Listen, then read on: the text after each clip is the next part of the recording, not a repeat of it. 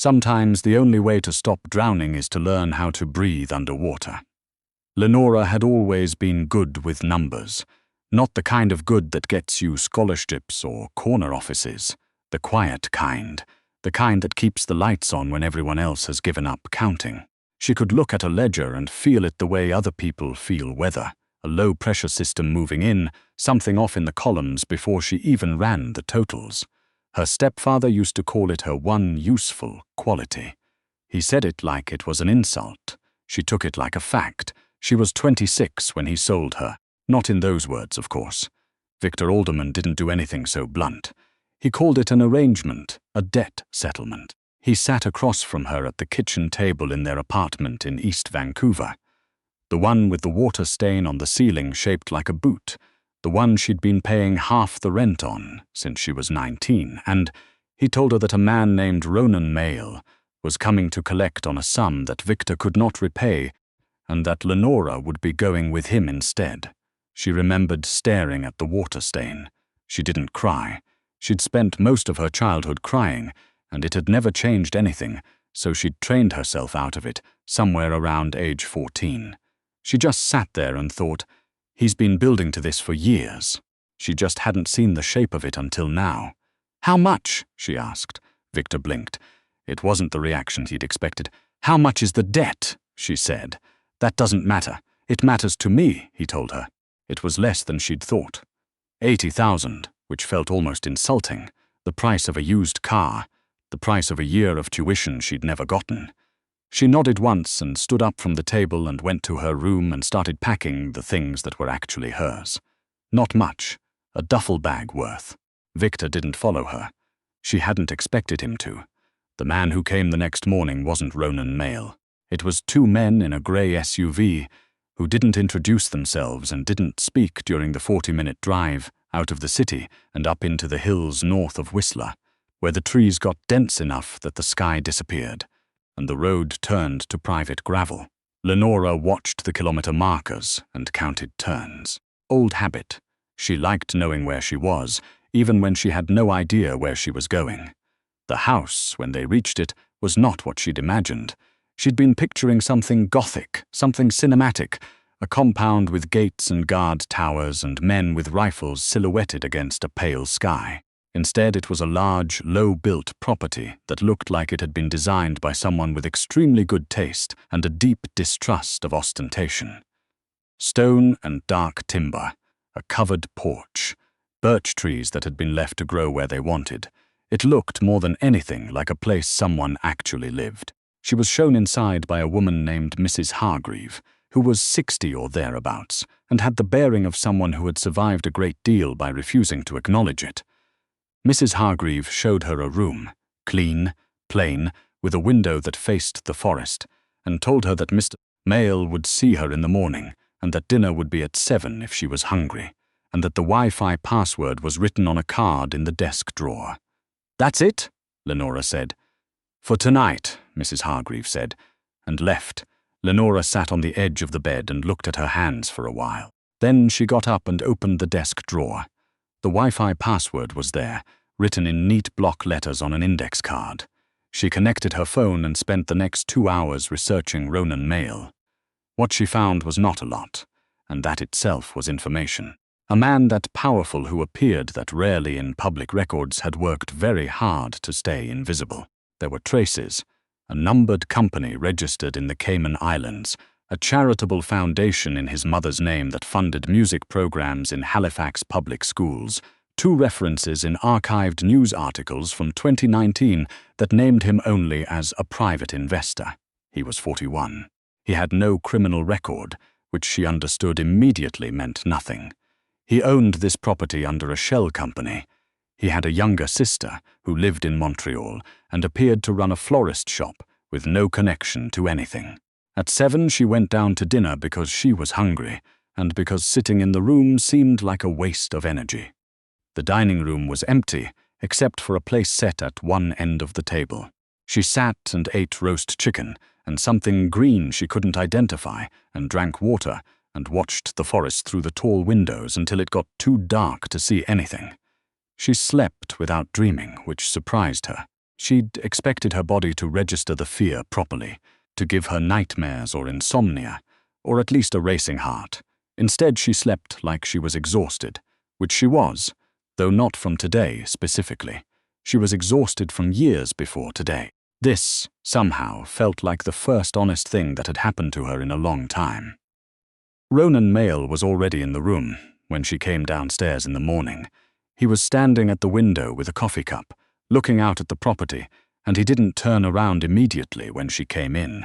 She used the seconds to look at him the way she looked at a new set of accounts, cataloguing, noting what was there and what was absent. He was tall, not aggressively so, but enough that it registered. Dark hair graying at the temples, a scar that ran from the corner of his left jaw down toward his collar, old enough to have faded silver. He was wearing clothes that looked expensive in the way that quality always looks expensive. Not loud, just correct. He held his coffee cup in his right hand, and she noticed that the left hand was slightly different. The fingers not quite aligned, healed from something that had once been worse. He turned around. "Lenora Alderman," he said. "Just Lenora," she said. "Alderman's his name, not mine." Something shifted in his face, not quite a reaction, more like a notation. He gestured to the table. "Sit down. I'll have someone bring coffee if you want it." "I want to know what you expect from me," she said. She didn't sit. He looked at her for a moment. Not the way men sometimes looked at her. Not assessing, not threatening. More like he was recalibrating something internal. "I expect you to be useful," he said. "I was owed a debt. The debt wasn't payable in cash. Your stepfather suggested an alternative. I don't usually accept alternatives, but—" He paused, something moving behind his eyes. "He mentioned you were good with numbers. He sold me for being good at accounting," she said. "He sold you because he's a coward who ran out of options," Mayle said flatly. "I'd recommend not conflating the two." She sat down. The coffee came. She drank it black because the milk was across the table, and she didn't want to reach for it in front of him, which she recognized as a ridiculous thing to think and thought anyway.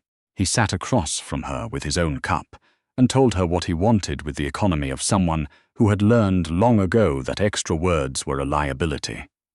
His organization moved money, legitimate money, and money that was not, and the seam between those two categories was where everything important happened. His current accountant had become a problem. Not dishonest, Mayle said, but frightened, and a frightened accountant was more dangerous than a dishonest one, because fear made people improvise. He needed someone who wasn't frightened, someone who could look at numbers that would make most people want to be somewhere else and simply see the numbers. "And you think that's me," Lenora said. "Your stepfather kept very meticulous records for someone with a gambling problem," Mayle said. "Someone was keeping them for him. I'm guessing you've been doing his books since before you could legally drink." She looked at him. "You did research. Before I accept any arrangement," he said. "I know what I'm accepting."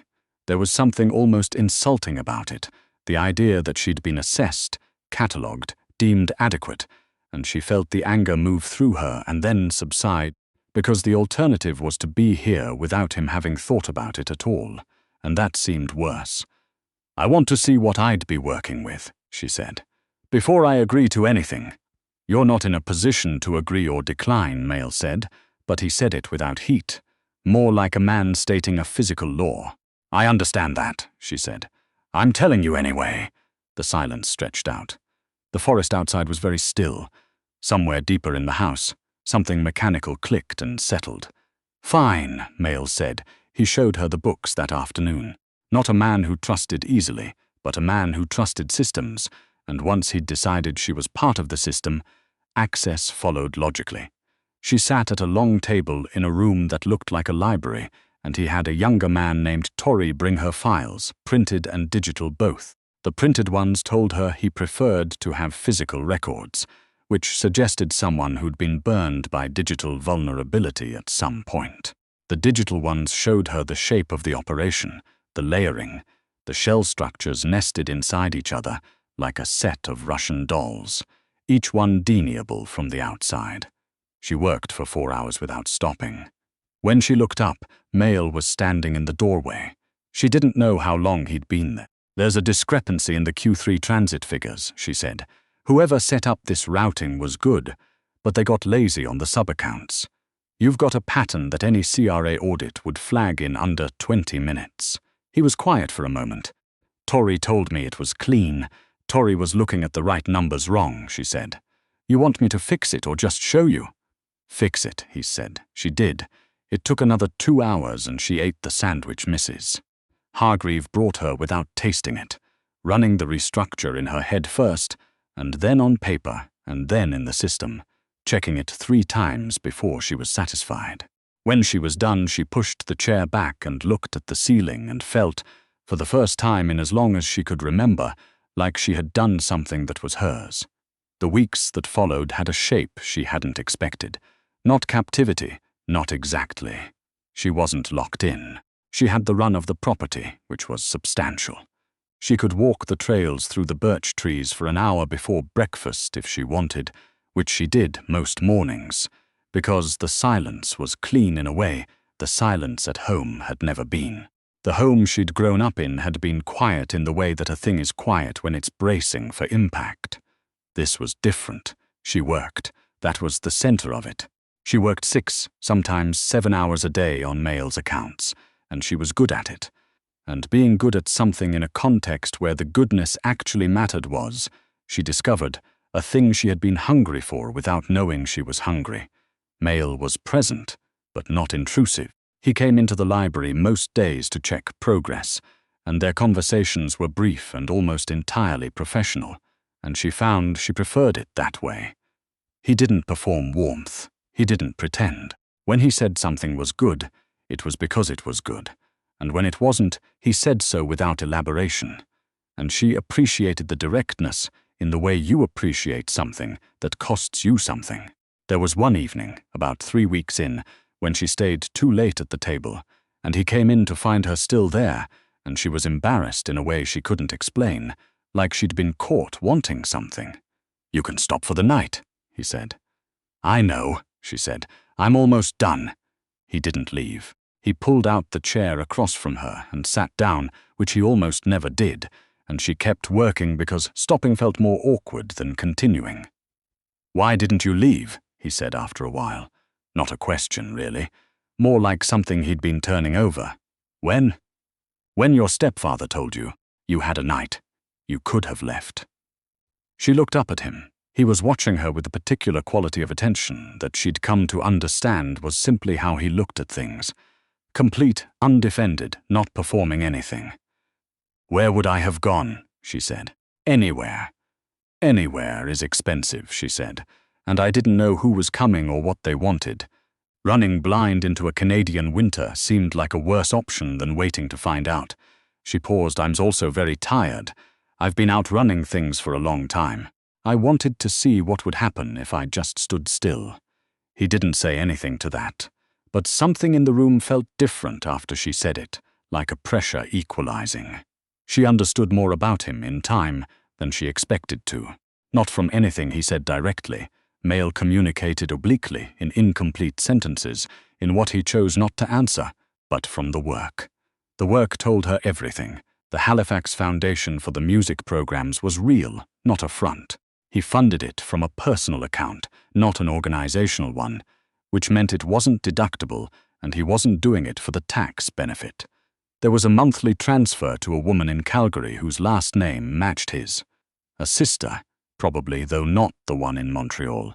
Someone who wasn't supposed to be visible. There was a line item for a name she didn't recognize, recurring quarterly, flagged internally as consulting, but the amount was always exactly the same down to the cent, which no real consulting invoice ever was. She didn't ask about it. She filed it correctly and let it sit. She was not naive about what she was working inside. She knew what the transit companies were moving, some of it. She knew what the shell structures were insulating. She had grown up adjacent to Victor's world. Not the same world, but a world that shared a border, and she understood that knowing and doing were different things, and that surviving sometimes required you to know without doing, to see clearly and keep walking.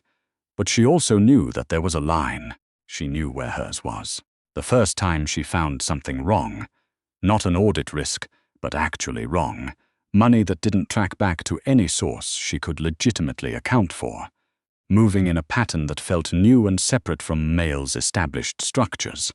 She sat with it for 2 days before she said anything. She told him on a Thursday morning. He was at the window again. Same coffee cup, same posture, and she came in and put the printed summary on the table and said, "Someone inside your organization has a secondary set of books." He turned around. She'd thought sometimes about what it would look like if Ronan Mail actually reacted to something. It was quieter than she'd imagined. He went very still, and then he came to the table and looked at what she'd laid out, and the stillness became something else. Colder, more precise. "You're certain," he said. "I've run it 4 times, she said. "I can show you each iteration. Who knows you found this?" "No one," she said. "I came to you directly." He looked at her for a long moment. She didn't look away. "Why?" he said. It was a real question. She understood that. He was asking why she'd told him instead of any number of other things she could have done with that information. Leveraged it, hidden it, used it to negotiate something for herself. "Because it's your house," she said, "and your books. And I work for you." She paused. "And because whoever did this was sloppy, and sloppy people eventually drag other people down with them. And I refuse to go down for someone else's mistake again." He held her gaze for another moment. Then he said, "Go get breakfast. Come back in an hour." The man it traced back to was one of Mail's longest-standing lieutenants, a man named Frey, who had been with the organization for nearly a decade and had apparently been running a quiet secondary operation with a competing syndicate out of Calgary for the better part of 18 months. Lenora wasn't involved in what came after. She didn't ask. She understood that there was a part of this world that was not her department, and she was at peace with that boundary, in the way you can be at peace with a boundary that you set yourself rather than one that was set for you. What happened after was that Mail came back to the library that evening and sat across from her and said, "I'm going to restructure your arrangement." She looked up. "Meaning what?" "Meaning you're not here as a settlement anymore," he said. "You're here as someone I employ, with a contract and compensation that reflects what you're actually worth." He said it the way he said most things, direct, uninflected, the way you state the correction to an error in a column. "The debt your stepfather owed is cleared. You can leave if you want to." She sat with that for a moment. The birch trees outside the window were silver in the evening light.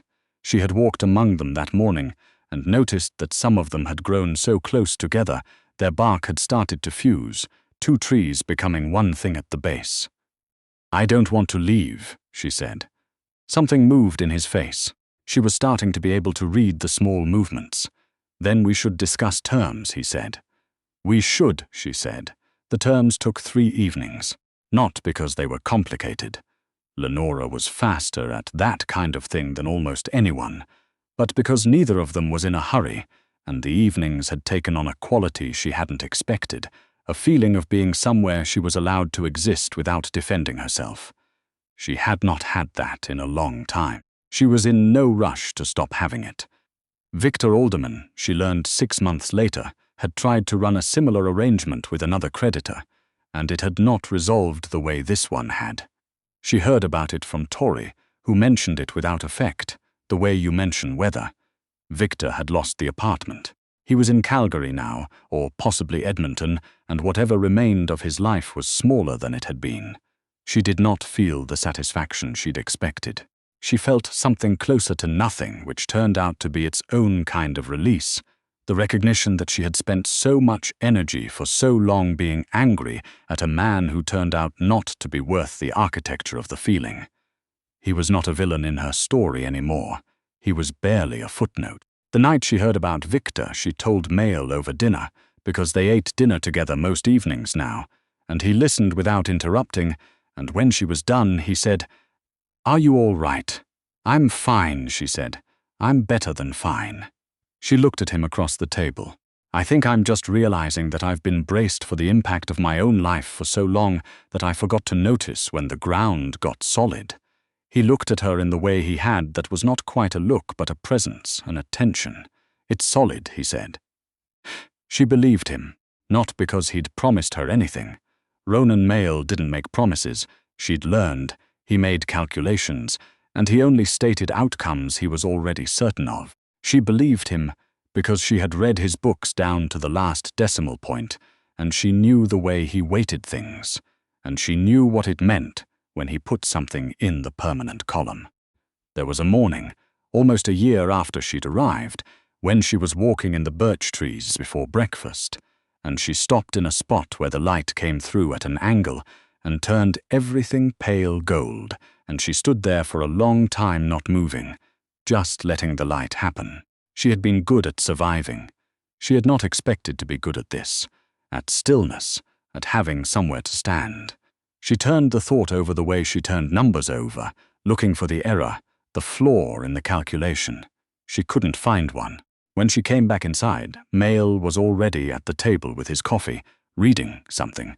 And he looked up when she came in, and something about the way he looked at her, complete, unhurried, like she was already accounted for, settled into her chest and stayed there. She sat down across from him. Mrs. Hargreave brought coffee. Outside, the birch trees held the morning light. She had been sold like a debt, and she had become the one who held the books. She had arrived here with a duffel bag and the habit of surviving. What she had now didn't have a word in any ledger she'd ever kept, but she knew its value to the last decimal point, and she was done pretending otherwise.